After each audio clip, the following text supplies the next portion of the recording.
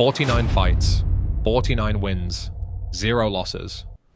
Rocky Marciano, undefeated and never brought to the canvas by any living opponent, then stepped into a small Hong Kong room to meet a quiet man, a stranger to his renown.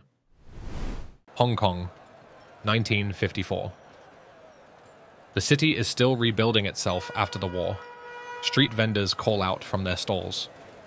Rickshaws weave through narrow lanes. Life moves forward the way it always does, through noise, commerce, and the daily business of survival. Ip Man's school sits on the second floor of a building on Castle Peak Road. Nothing marks it as special. No sign outside, no decorations, just a wooden door at the top of a narrow staircase, and beyond it, a training hall that smells of liniment oil and old wood. The floor is worn smooth from years of footwork. In the corner stands a wooden dummy.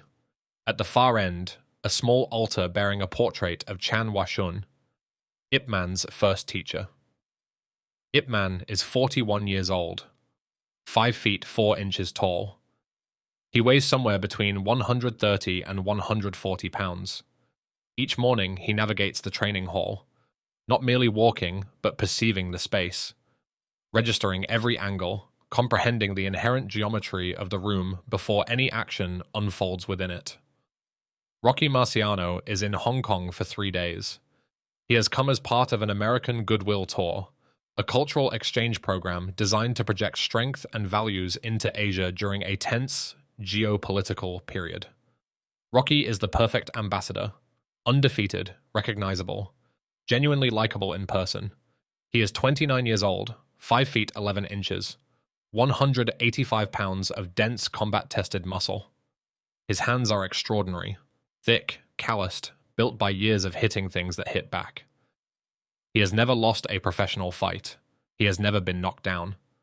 Rocky's understanding of fighting is simple and has never failed him. Pressure, pain tolerance, and the willingness to walk through damage to deliver damage. The individual who withstands more and continues to press forward invariably overcomes the one who falters. This principle is neither complex nor nuanced. It had proven infallible in 49 consecutive contests. Rocky has never questioned this framework. He has never needed to. The meeting is arranged through a local journalist named Chen Wei, who both covers Rocky's tour and studies Wing Chun. He pitches the idea to Rocky's manager, Al Weil. A visit to a traditional martial arts school, good photographs, good press. Al Weil agrees reluctantly. 2 hours, nothing more. Chen Wei approaches Ip Man through a mutual contact. A famous American boxer wants to visit the school. He is curious about Wing Chun. Ip Man listens, then says, "They are welcome to come." He makes no special preparations, does not rearrange his schedule. The next morning will proceed as every morning proceeds. Training, teaching, tea. Rocky arrives on a Tuesday morning in late October. He climbs the narrow staircase with Al Weil, a photographer named Davis, Chen Wei, and an interpreter named Robert Lam. At the top, the wooden door is open. Rocky steps through. The training hall is smaller than he expected. 6 students practice along one wall, stopping when he enters. The size difference between Rocky and everyone in the room is immediate and almost comic. He is simply from a different physical scale. At the far end, near the wooden dummy, stands Ip Man. He watches Rocky with calm, direct attention. Not nervous, not impressed. Just present, looking at the man who walked through his door the way he looks at everything, with full attention and no particular agenda. Rocky's initial internal reaction, later confessed to Al Weil, was, "This is the man." Not born of disrespect, but of sheer astonishment. Ip Man's stature rendered any physical comparison almost nonsensical. Rocky held a 50-pound advantage. His reach exceeds Ip Man's by several inches. He has absorbed punches from the hardest hitters in the world and kept moving forward. His second thought is simpler. What is this going to show me? Tea is served. They sit on low wooden stools. Through Robert Lam, they talk. Rocky asks about Wing Chun. Ip Man answers patiently. Wing Chun is built for efficiency. for the fastest path from danger to safety using the least possible force. It assumes the practitioner will be smaller than the opponent. It does not rely on strength. It relies on structure, positioning, timing, and sensitivity. Al-Weil asks the question Rocky has not yet voiced, so it's a system for people who aren't strong enough to fight the normal way. Ip Man hears the translation, his expression unaltered. He responds, that is one interpretation. Another perspective is that it is a system for those who comprehend that raw strength is not the ultimate determinant in combat. Al-Weil smiles. He has heard this before. In his experience, everyone in the martial arts world claims their system transcends strength. None of them have been in a real fight. Rocky speaks before Al-Weil can respond. He says, I want to ask you something honestly. In a real fight, not a demonstration, a real fight where someone is trying to hurt you, does any of this actually work against someone who hits as hard as the men I've faced? The question lands with weight. The students understand enough English to grasp it. Davis lowers his camera. Ip Man pauses. Not in search of an answer, he already possesses it, but considering how best to convey it to this particular individual. He then states, you are posing the incorrect inquiry. You question if my techniques can withstand your power. The pertinent question is whether your power can connect with me. Rocky looks at him. The words are interesting, but words are not proof. He says, would you be willing to show me? Ip Man stands up. He tells Robert Lamb, tell him he can try to hit me. Tell him I will not strike back. Tell him I only want him to feel what happens when force meets structure instead of resistance. Rocky stands, rolls his shoulders. He is not trying to intimidate. This is just what his body does before it engages. 20 years of muscle memory. He says, you're sure? Ip Man says, begin whenever you are ready. Rocky throws a jab. Not full power. Maybe 40%. Controlled. Directed at Ip Man's shoulder. It hits nothing. Ip Man is no longer where he was. Not dramatically. He has not leaped sideways or ducked in some theatrical way.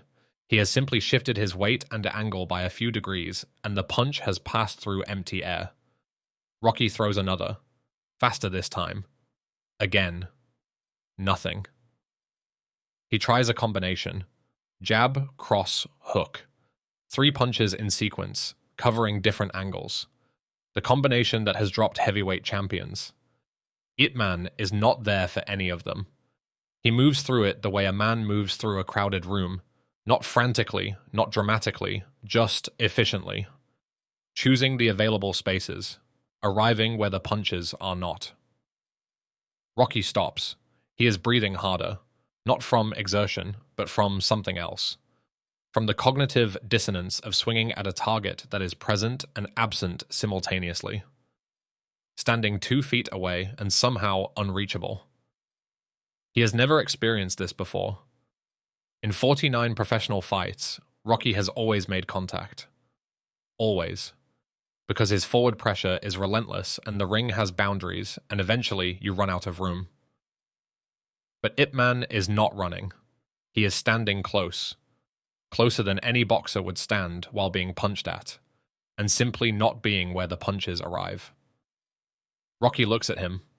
The polite curiosity from earlier has become something more honest, genuine confusion.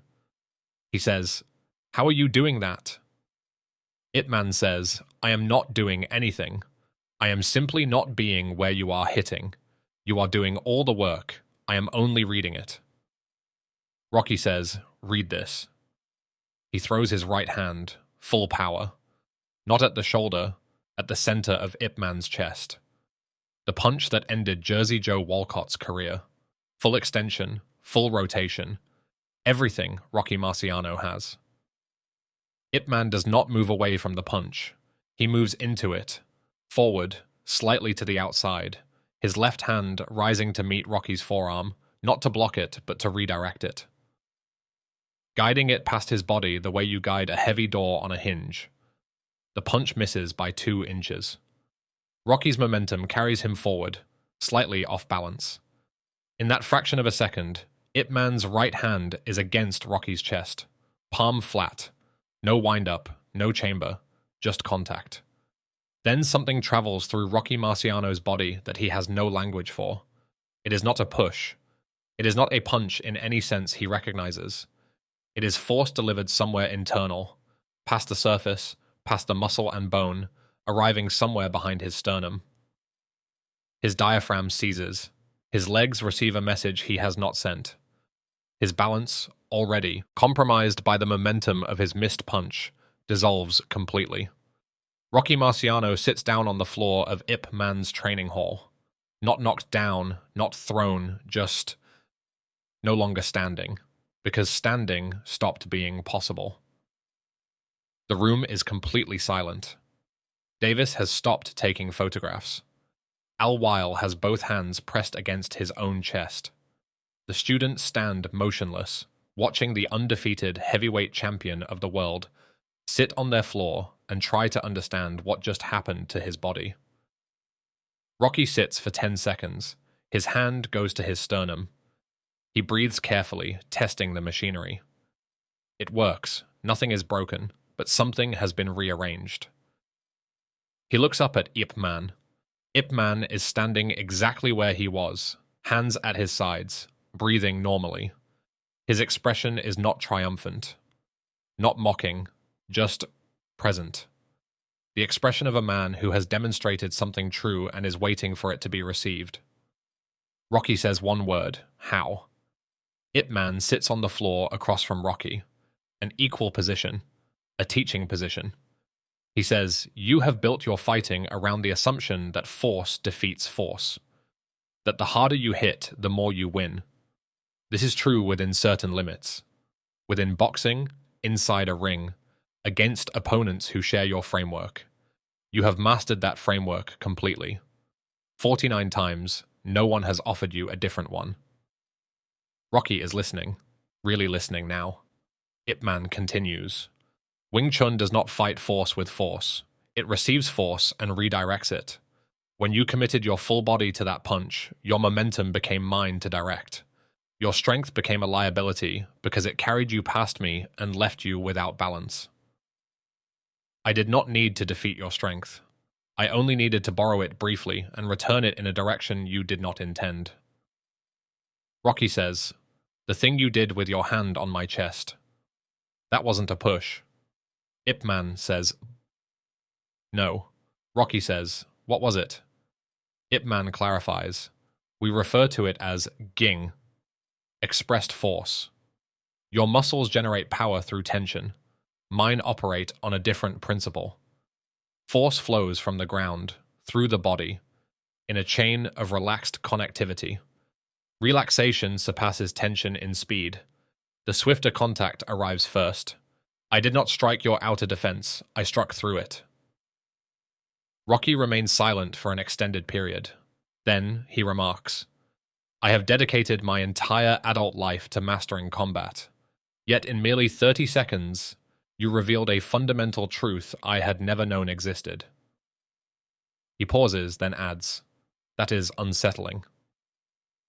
Ip Man says, yes, it always is. Rocky stands up, straightens his jacket, extends his hand. They shake. But this handshake is different from the one when he arrived. That one was courtesy. This one is recognition. One master acknowledging another, across the distance of culture, language, philosophy, and every variable that should make them incomparable. Rocky says, I came here expecting to see a demonstration. Ip Man says, and? Rocky says, I got an education. Rocky returned the next morning, alone. No Al Weil, no photographer, no journalist. Just Rocky Marciano climbing a narrow staircase, carrying nothing but himself and a question he had been turning over since the previous afternoon. They worked for 2 hours, no interpreter, minimal language. Ip Man demonstrating, Rocky feeling, communicating through the channel that opens between people who have dedicated their lives to understanding bodies and force and movement. A channel that does not require words, because words are always a reduction of what is actually happening. Rocky learned several things that morning that he would carry for the rest of his life. That force generated through relaxation is faster than force generated through tension. That balance, not strength, is the foundation of power. That the most dangerous moment in a committed attack is the moment of full commitment, when the attacker is briefly, completely vulnerable because everything they have is invested in something that may find nothing. At the end, Rocky sat against the wall beneath the altar, tired in a way that had nothing to do with physical exertion. The tiredness of a mind stretched past its previous dimensions. He said, "How long did it take you to learn this?" Ip Man said, "I am still learning." Rocky said, "How long have you been studying?" Ip Man said, "Since I was 13. Rocky did the arithmetic. Nearly 30 years. He looked at the man across from him, small, quiet, unhurried, and something shifted in his face. Not defeat, not humiliation. Something that looked, from the outside, almost like relief. He said, "Back home, when I retire, people will ask me what was the hardest fight of my career. They'll expect me to name someone from the ring." He looked at Ip Man. He said, "I'm going to have a hard time answering that question honestly." Ip Man asserted, "The most formidable struggle is never against another individual." Rocky responded, "No, I am beginning to grasp that truth." Rocky Marciano retired in 1956. Record, 49 wins, 0 losses. He never spoke publicly about the 2 days in Hong Kong, but people who knew him well noticed something different after that trip. A quality of stillness, a willingness to sit with questions that had no clean answers, a way of looking at people that suggested he was reading them rather than measuring them. His trainer noticed it first, said something had changed in Rocky after Asia, couldn't name it exactly.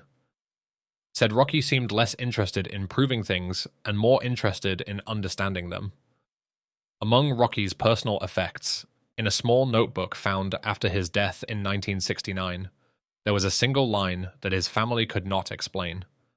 It said, "The strongest fighter is the one who understands the most."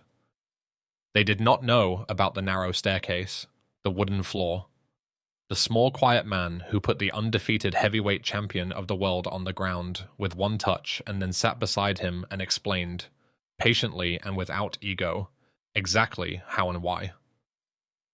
But whoever wrote that line had been taught. And whatever passed between Ip Man and Rocky Marciano in those 2 October mornings in Hong Kong, through minimal language and maximum honesty, lived in that notebook for 15 years. And it lives here now. Because the truth, once understood, does not require a champion to carry it. It only requires someone willing to sit on the floor and listen.